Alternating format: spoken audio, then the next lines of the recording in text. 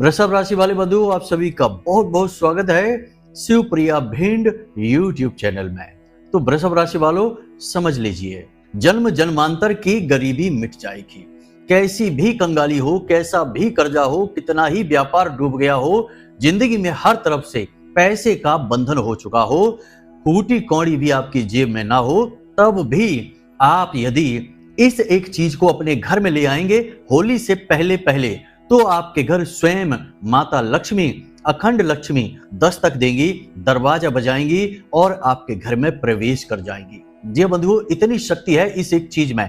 बस आपको करना यह है कि इस एक चीज को होली से पहले पहले विशेष विधि विधान के साथ, विशेष नियम और संस्कारों के साथ अपने घर लेकर आना है और एक निश्चित स्थान पर, जो हम आपको बताएंगे, वहां छिपा कर रख देना है। बस फिर कुछ दिनों तक आपको इसे धूनी देनी है, दीपक जलाना है इसके आगे, और आप देखेंगे कि चमत्कार कैसे घटित होंगे। स्वयं माता लक्ष्मी आपके घर में आपका दरवाजा बजाएंगी और आपके घर में प्रवेश कर जाएंगी। ऐसा कभी होता नहीं है, लेकिन अब यह आपके जीवन में होकर ही रहेगा। याद रखना बंधुओं कि हर एक चीज की अपनी एक विशेष ऊर्जा होती है, और यह ऊर्जा हर प्रकार की ऊर्जाओं को, यानी अलग अलग प्रकार की ऊर्जाओं को अपनी ओर आकर्षित करती है। जैसे कुछ चीजें नकारात्मक होती हैं, जैसे कि बहुत सारे घरों में शराब की बोतलें रखी रहती हैं। शराब की बोतल और यदि हथियार खुली अवस्था में, हथियारों को ढक कर रखा जाता है। खुली अवस्था में यदि हथियार आपके घर में रखे हैं तो निश्चित तौर पर आपके घर में प्रेतों का वास है। शराब की बोतलें हैं तो प्रेतों का वास है। मांसाहार होता है और इससे जुड़ी चीजें, नकारात्मक चीजें आपके घर में रखी हैं तो निश्चित तौर पर आपके घर में प्रेतों का वास है, क्योंकि ये चीजें इतनी नकारात्मक हैं कि ये प्रेतों को ही आकर्षित करेंगी, भूतों को ही आकर्षित करेंगी, तो फिर बर्बादी तो निश्चित है। उसी प्रकार कुछ चीजें इतनी सकारात्मक होती हैं, इतनी पॉजिटिव होती हैं कि वे देवी देवताओं की शक्ति को अपनी ओर आकर्षित करती हैं, चुंबक की तरह।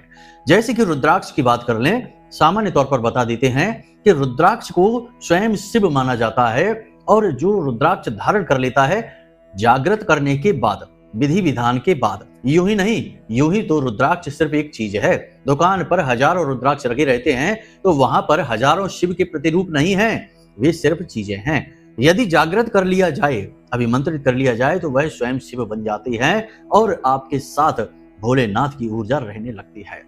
तो रुद्राक्ष के अंदर बहुत अधिक शक्ति होती है और यह शिव की शक्ति से जुड़ा होता है। इसी प्रकार गोमती चक्र है, भगवान नारायण की शक्ति से जुड़ा है, और कमल गट्टे हैं या फिर कौड़ियां हैं, ये माता लक्ष्मी की ऊर्जा से जुड़े हुए हैं। तो जो इंसान इन्हें जागृत करके अपने पास रख लेता है, उस इंसान के जीवन में वही दिव्य शक्ति प्रवेश कर जाती है, या यूं कहें कि उसका अंश प्रवेश कर जाता है। अब देवी देवताओं की स्वयं की शक्ति हो या उनका अंश हो या उनका केवल एक इशारा मात्र हो, इंसान का जीवन तो पूरी तरह से बदल ही जाएगा। जैसे कि भगवान श्री कृष्ण ने केवल 3 मुट्ठी चावल खाने के बदले में ही, वो भी सूखे और कच्चे चावल खाने के बदले में ही, सुदामा जी को दुनिया भर की धन दौलत दे डाली थी।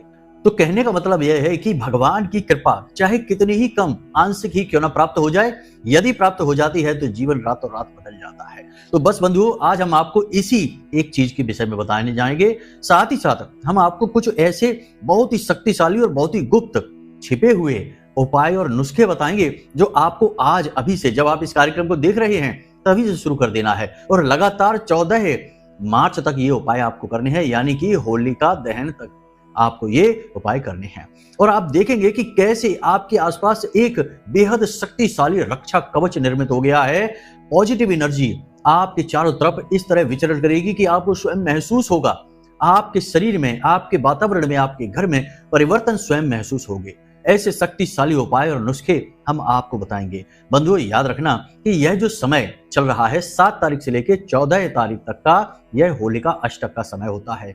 इस समय में दैवीय शक्तियां और पिशाची शक्तियां बहुत अधिक सक्रिय हो जाती हैं, बहुत अधिक ताकतवर हो जाती हैं। अब आप यदि सकारात्मक रहते हैं, उपाय विधि विधान के साथ करते हैं, तो आप दैवी शक्तियों को अपनी ओर आकर्षित करके उनसे पूरा लाभ ले सकते हैं। और यदि आप नकारात्मक रहते हैं, भूल चूक से भी गलत कार्य आपके हाथों से हो जाता है, तो आप अनजाने में ही पैशाचिक शक्तियों को, भूतों प्रेतों को अपने जीवन में आमंत्रित कर देते हैं।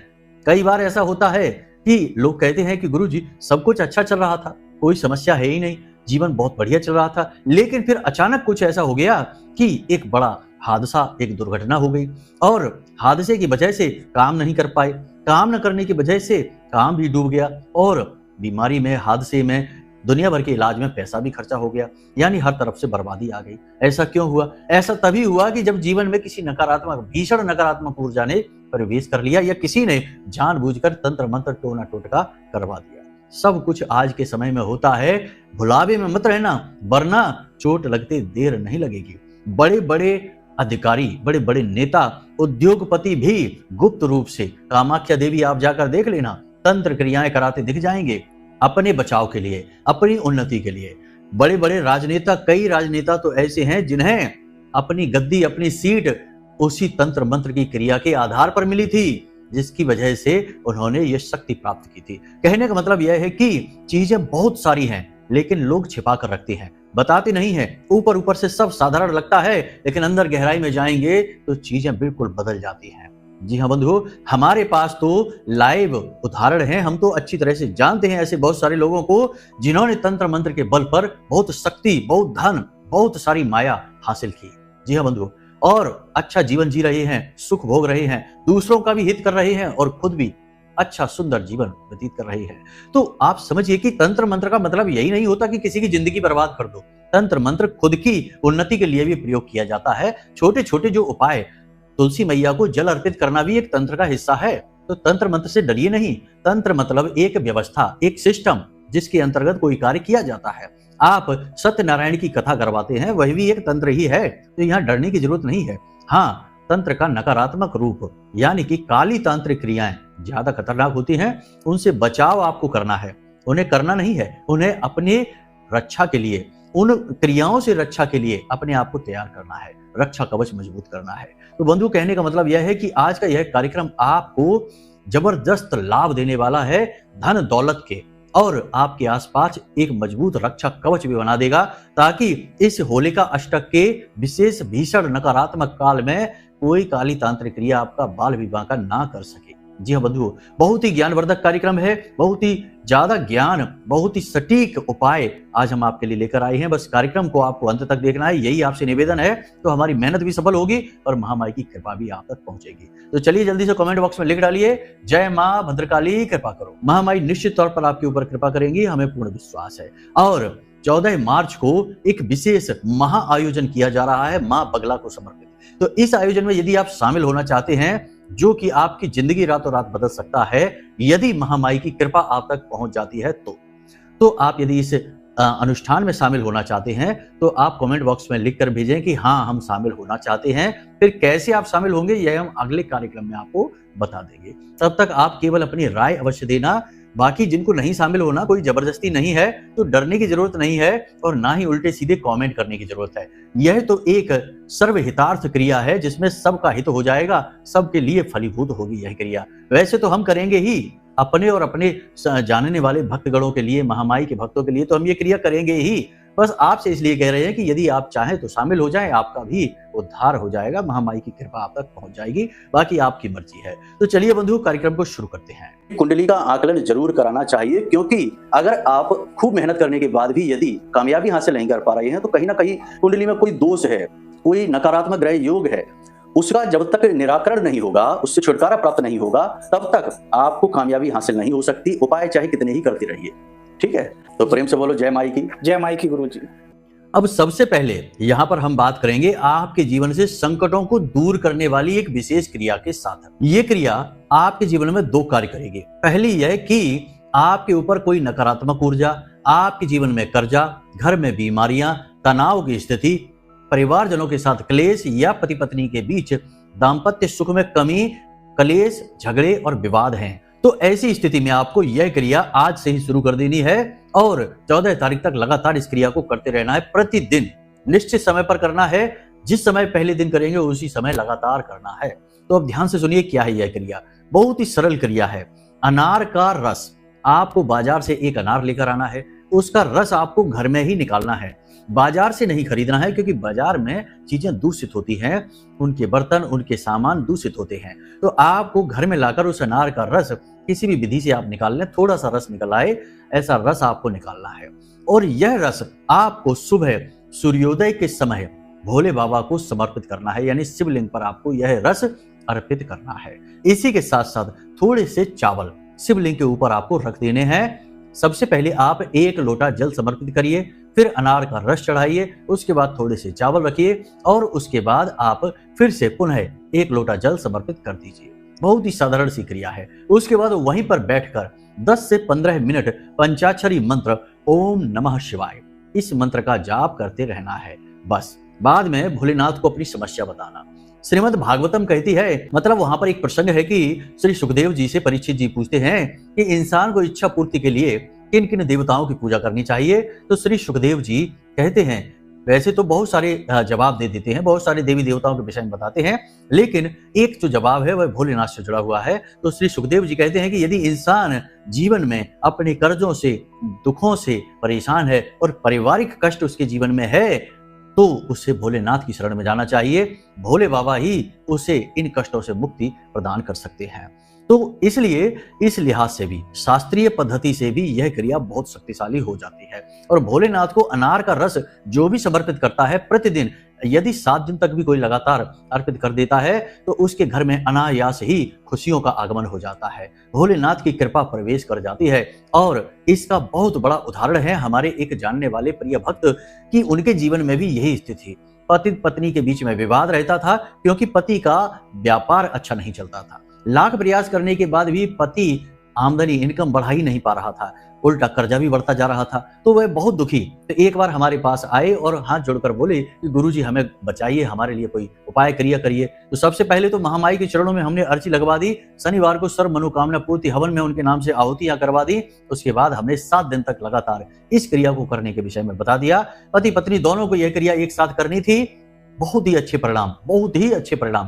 कहने का मतलब यह है कि 7 दिन पूरे होने से पहले ही दुकानदारी बहुत अच्छी चलने लगी। अचानक से भीड़ आने लगी, ग्राहकों का तांता लग गया। और कहने का मतलब यह है कि जब आमदनी अच्छी हो गई तो फिर जरूरतें पूरी होने लगी, तो फिर क्लेश भी बंद हो गया और जीवन सुखमय हो गया। कर्जा वगैरह भी समाप्त होने लगा। कहने का मतलब यह है कि 3-4 महीनों पर ही उनकी जो गाड़ी पटरी से उतर गई थी, वापस पटरी पर आ गई और बहुत अच्छा जीवन चलने लगा। तो बहुत सारे जो प्रयोग हम बताते हैं उनके हमारे पास उदाहरण होते हैं, प्रमाण होते हैं, तब हम आपको बताते हैं। तो यह एक क्रिया आप करके देख लेना, बहुत ही सिद्ध क्रिया है, आपको भी निश्चित लाभ प्रदान करेगी। बस याद रखना कि देखो, अब जब आप क्रिया कोई करते हैं, कोई जरूरी उपाय करते हैं, उस समय आपको गलत चीजों से दूर रहना है। भाषा अपनी संतुलित रखनी है, अपनी वाणी से गाली गलौच नहीं करना है, अपशब्द नहीं बोलने हैं, किसी का अपमान नहीं करना है। जुआ, शराब, वेश्यावृत्ति, पर स्त्री गमन से, सट्टेबाजी से, इन कामों से आपको दूर रहना है। और सबसे बड़ी चीज ये है कि मांसाहार वगैरह भूल कर भी नहीं, जीव हत्या नहीं और किसी को पीड़ा नहीं, इन चीजों से आपको दूर रहना है। देखिए, आप नहीं मानेंगे तो उपाय फलित नहीं होंगे, बाद में उपाय को आप दोष देंगे कि उपाय बेकार है। आप आधा काम करेंगे तो परिणाम आपको शून्य ही मिलेगा। इसलिए जरूरी है कि आप पूरी पद्धति को अपनाएं और अपने आप को भी बदलें, क्योंकि यदि आप नहीं बदलेंगे तो फिर क्रिया कोई भी फलित नहीं होगी, क्योंकि कर्ता तो आप ही हैं। क्रिया आप कर रहे हैं और आप यदि दोहरी क्रियाएं करते हैं, सकारात्मक नकारात्मक दोनों लेकर चलते हैं, तो फलित नहीं होगी कोई भी सकारात्मक क्रिया। तो अपने आप को भी बदलें, अपना भी आंकलन करते चलें और अपना श्रेष्ठ मूल्यांकन करें और जो सही है बस उसी को पकड़ें। तो चलिए बंधु, यहाँ तक तो आपने समझ लिया, इस क्रिया को आपको प्रतिदिन करना है। अब एक छोटी सी क्रिया और है जो आपके घर में किसी भी प्रकार की नकारात्मकता को दूर भगा देगी और नारायण लक्ष्मी का आशीर्वाद आपको दिलवाएगी। तो आपको इसके लिए क्या करना है, ध्यान से समझिए। इसके लिए आज से ही, जब आप इस कार्यक्रम को देख रहे हैं, आज से ही इस सामग्री को बनाकर अपने पास रख लीजिए। सामग्री में कई सारी चीजें हैं, तो इन्हें आप नोट कर लेना, ध्यान से समझना। सबसे पहले आपको चाहिए सफेद गुग्गल, फिर थोड़ा सा लोबान, फिर इलायची, थोड़ी सी लौंग, गुड़, सूखा नारियल और गाय का घी।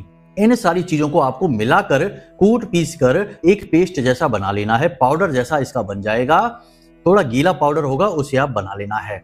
अब इस पाउडर में मात्रा कितनी रहेगी, तो देखो, आपको मात्रा अपने हिसाब से कम ज्यादा कर सकते हैं, कोई ऐसी फिक्स नहीं है, बस चीजों का अर्क इनमें होना चाहिए। तो ये सारी चीजें आपने मिला ली। उसके बाद आपको गोधूली समय काल में, जब गोधूली यानी कि शाम को 6-6:30 बजे के आसपास का समय गोधूली का समय कहा जाता है, उस समय आपको एक प्लेट लेनी है। बेहतर ये होगा कि आप मिट्टी का एक कोई पात्र ले लें, वो सर्वोत्तम रहने वाला है। और धातु में ही यदि आपको लेना है, कोई पीतल की प्लेट लेना, लोहे की या स्टील की नहीं।